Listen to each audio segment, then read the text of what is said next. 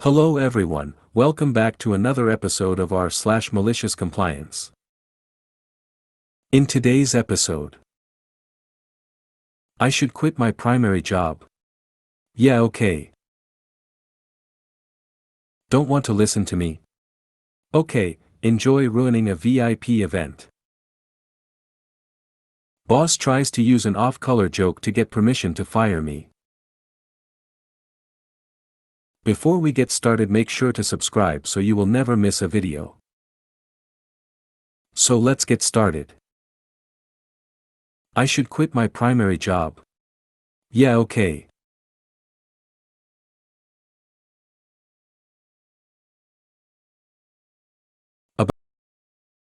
About 16 years ago, I was working as a greeter at Olive Garden as a second job just to make ends meet. The day before Mother's Day, I was about 10 minutes late punching into work. I was coming from my primary job, changed clothes when I got there and punched in. The manager immediately pulled me aside and said that I needed to be more courteous to my coworkers and show up on time as my being late affects other people. I responded that I was aware and I did call in to let them know I would be late and that the person who answered was the person I was taking over for and that she said to take my time because she was just going home and spending the night in alone, no big deal. The manager laid into me.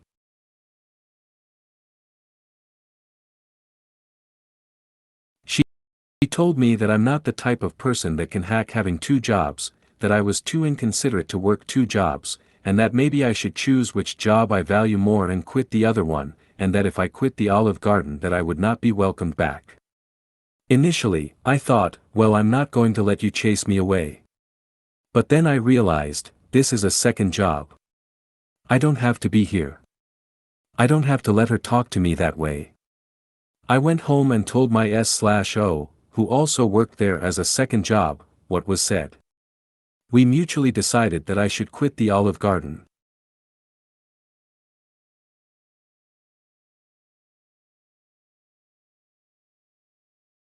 So I went in for my morning Mother's Day shift wearing my street clothes, went to the back office to find the manager, and said, "So, I put a lot of thought into what you said and have decided that you were right and working here, for you, is not for me anymore." She looked stunned and said, "Well, you're going to work today, right? You know Mother's Day is our busiest day of the year, you can't just up and quit, today of all days." I said, "Well, maybe this will be a lesson for you on how to speak to your employees and how to be a decent human being. Besides, you said yourself I'm too inconsiderate to work here," and I walked out. Have not set foot in another Olive Garden since. Don't want to listen to me? Okay, enjoy ruining a VIP event.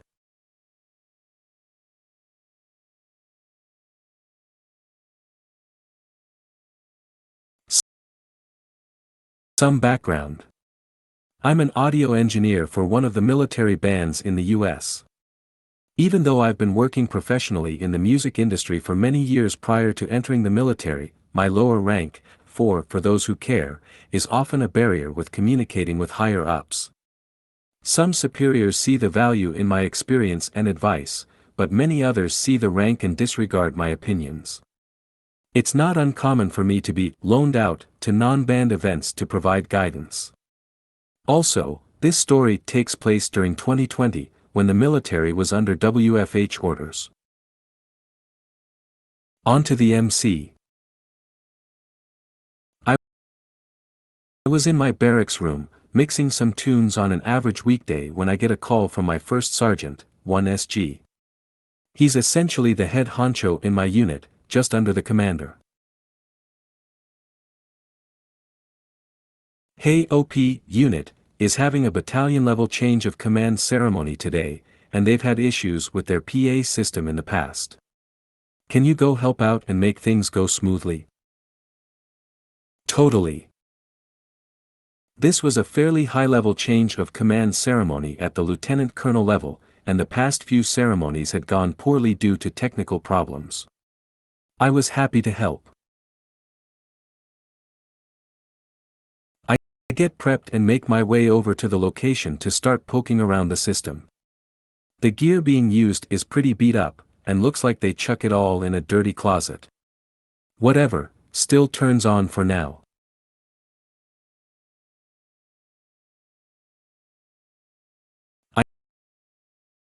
I noticed some people setting up the speakers behind the lectern, in a way that would feedback as soon as the mic was unmuted.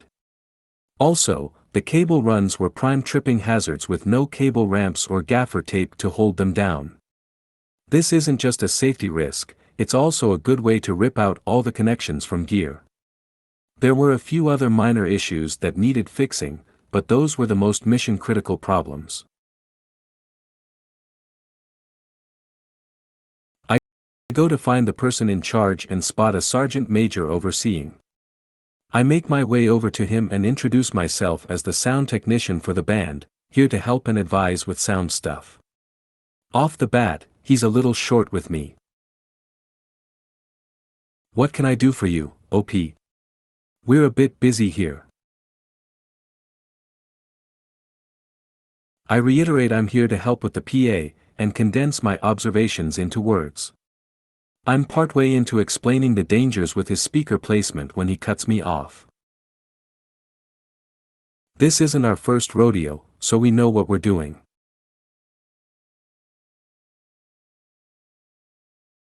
At this point I'm still going to give it my best shot before this event train wrecks. I make my way over to the staff sergeant plugging in speakers and we start talking about placement and feedback. A minute or two later, the sergeant major comes over and interrupts us. "Hey, didn't you hear me earlier? We don't need you here. You can get off." "Roger that, Sergeant Major."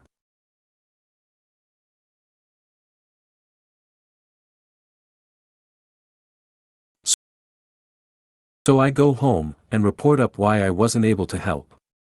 The next day, my 1SG tells me how horribly the system was feeding back, along with crackles and pops. Totally derailed the vibe, to the point where the new lieutenant colonel chose to leave the lectern and just talk loudly instead of using the mic. Moreover, the commanding general of the base, a 3-star, had attended and was apparently very unhappy with the whole thing. And lo, the next week a memo comes down to me from the office of the commanding general to upgrade the sound system and put together a training on how to run it. Still makes me laugh thinking what that sergeant major's face must have looked like when they figured out that the only person qualified enough to advise them was the one he had told to get off. Boss tries to use an off-color joke to get permission to fire me. Long-time lurker. Was inspired to submit this. Hope it fits here.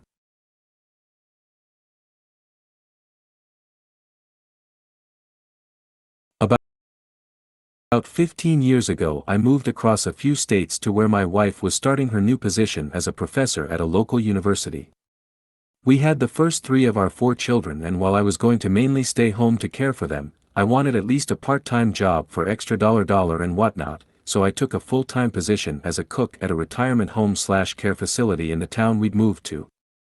I have a culinary degree and years of experience working in small kitchens, hotels, and a previous university kitchen. This was a very small kitchen and had a lot of the hand-me-down practices that have managed to avoid professionalism and efficiency.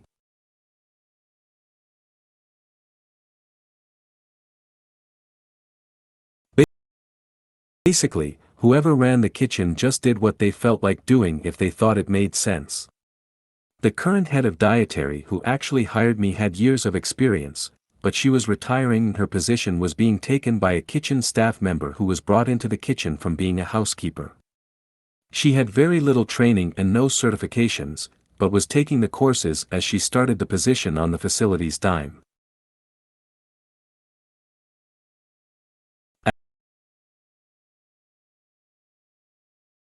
At first it was very friendly and casual. We all got along fair enough. It was my new supervisor, boss, me, the main cook, Queen, who had plenty of experience in small town kitchens, and an ex-truck driver, King, who had no experience, but could follow directions and sort of assembled the meals as directed. Our facility director, Big Boss, ran the entire place and all departments. I had a habit of maintaining a professional demeanor wherever I worked, until I could test the atmosphere and relax into whatever environment it turned out to be. I learned from this incident not to do that and always maintain a professional face at work, no matter how relaxed it is because of this incident.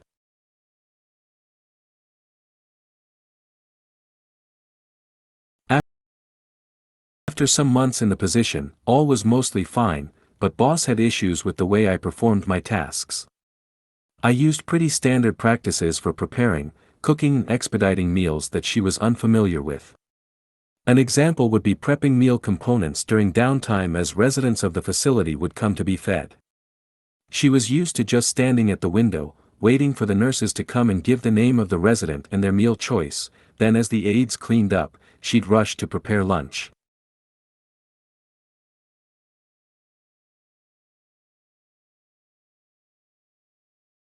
I would come to the window when a nurse approached, but otherwise be prepping food to go into the oven/stovetops for the impending lunch hour, or prepping food for the next day's meal.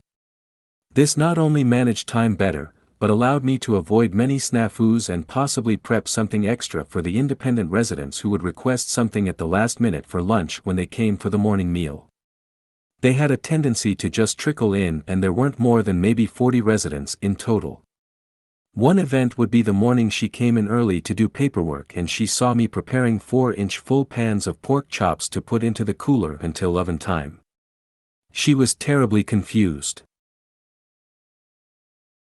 "Boss, what are you doing?"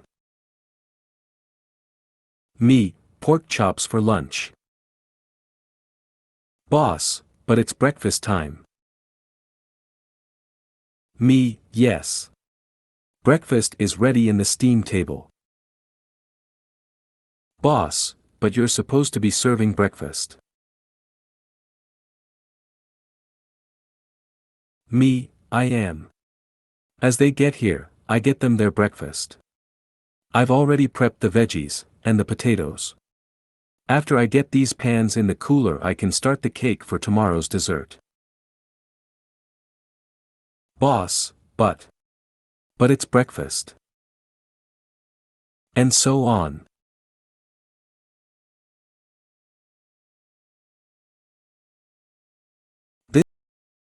This was the start of her trying to change my methods to hers, but almost every time she'd try, I'd resist.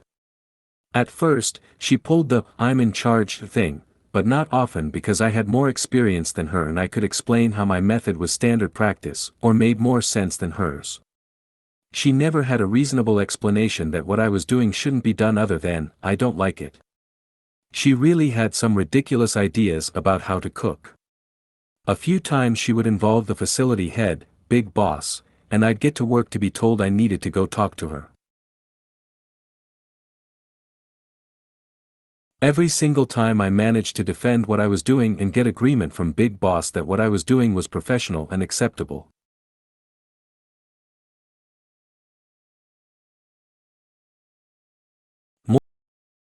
More than a handful of times I demonstrated how things boss expected of me not only weren't efficient, but sometimes skirted or even violated serve-safe and food handling safety.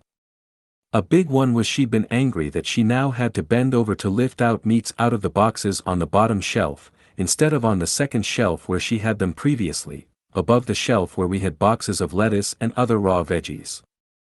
I'd be told to continue what I was doing and Big Boss would then talk to Boss, who would stare daggers at me for the rest of the shift.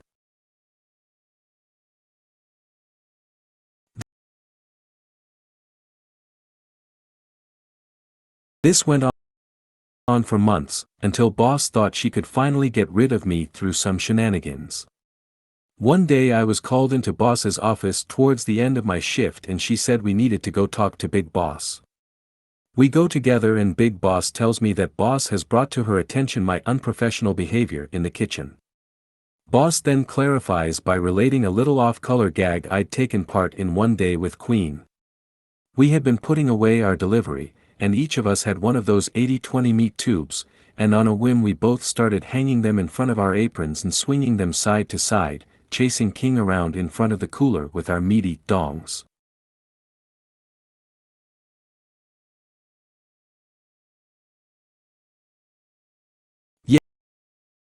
Yes, it was unprofessional.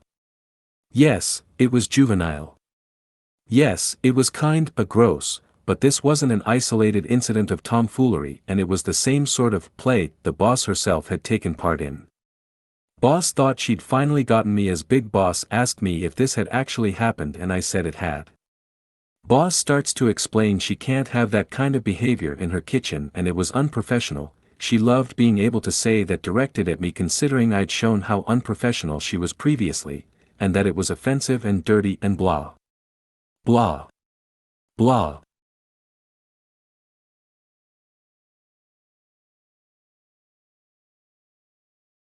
When she was done and Big Boss looked to me for my response, I apologized and agreed it was inappropriate, and I should have known better, but I also explained that I never made an off-color joke, began an off-color discussion, or took part in any behavior considered unprofessional there until I'd seen that it was commonplace in this kitchen. I waited to gauge the environment first until I saw how they conducted themselves in their kitchen. After I saw what they considered acceptable, I took part.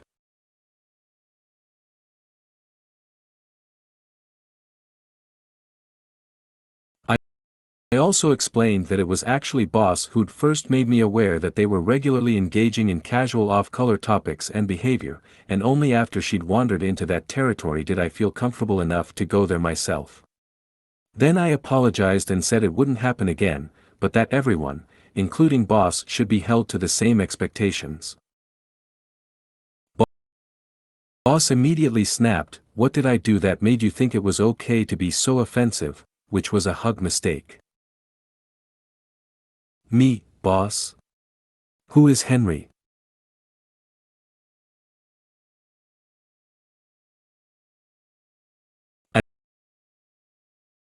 At this she clammed up and her eyes grew wide as she turned so red it was kind of scary.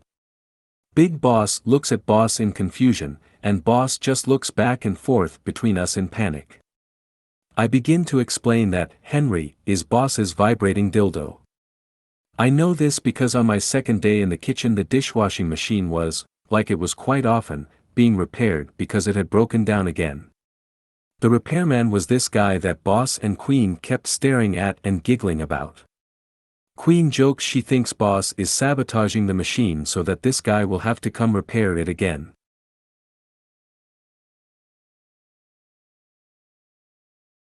At one point he goes out to his truck and Queen tells Boss she should just go for it, asking him out, or whatever, and Boss declines smiling and giggling and then says, "Looks like I have a date with Henry tonight." Queen chuckles and I ask who Henry is.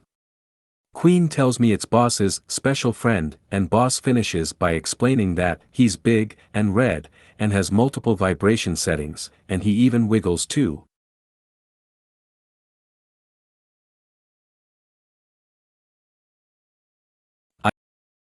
I laughed and she continued with saying something like, "A girl's gotta do what a girl's gotta do, even if she has to keep buying batteries." I go on to explain that Queen can confirm this and there are probably other instances where others were present where Boss was engaging in similar discussion or taking part in similar joking around, and that it was only after a few weeks of this behavior did I feel comfortable in taking part. Big Boss is looking at Boss for a rebuttal, but Boss is still standing there shuffling her feet sweating bullets. Big Boss then thanks me for being frank and that from this point forward none of that behavior is acceptable from anyone and excuses me to finish my shift as Boss stays behind to presumably get reamed. There were a few instances of us butting heads after that along the same lines as before, but she didn't talk to me much after. I ended up moving on a couple months after. Thank you for your time. If you made it to the end of the video, thanks for watching. Don't forget to like, subscribe and share and we will see you in the next video.